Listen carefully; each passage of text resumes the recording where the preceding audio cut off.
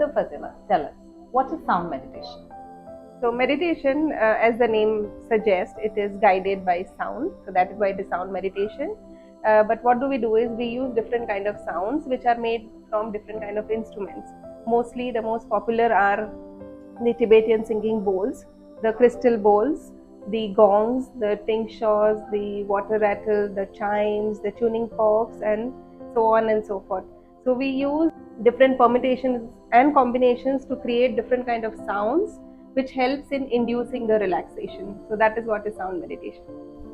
So Fazila, how does sound meditation contribute to emotional well-being and stress reduction? I will first make you understand what is the meaning of fight and flight response. Okay, so fight and flight means, for example, you are walking on the street, you are very tired and you have got a lot of aches and pains in the body, right? And suddenly you see a tiger coming towards you. What is the first response? You will gear up and you will run as fast as possible, right? So why is this happening in spite of you being tired and you being into pain? Is because the body is sensing a threat and it is activating that system in the body which helps in giving that energy to run. Now this is the normal fight and flight.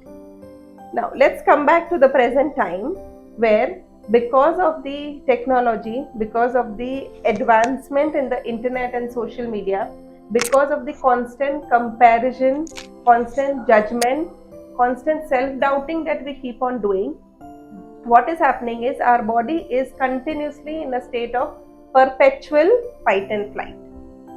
Okay, what that means is, if it is for a short period of time and if you know how to balance it, you are fine, nothing is going to happen. But let's say this perpetual fight and flight keeps on going for a long period of time. So what happens? The body will then start showing the symptoms in different forms. So different forms means you will have stress, anxiety, you will have fatigue, you will have sleepless nights, you will have insomnia, you will have high BP, you will have anger issues, and you name it, and the disease will start popping out. So that's why, as of now, when you go to a doctor for your any of the condition, the first thing they will ask you is, how do you manage your stress? Because they know that stress is any which way is a part of our life, right?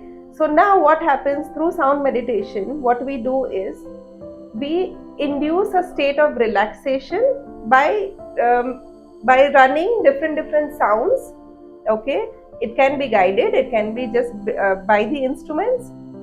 And what happens is, with that relaxation, either you go into a complete sleep, or even if you're not able to sleep in the first session, what happens is we activate the self-healing mechanism because you are already going into that relaxed state.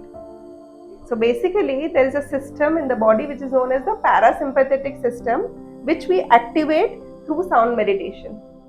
And this is what helps in fighting your emotional and the well-being, the stress part that you just mentioned. So this is how sound meditation helps. But definitely it has to be taken on a regular basis. So it is not like a one-time show you do and things are sorted. So, and it has to be a holistic approach.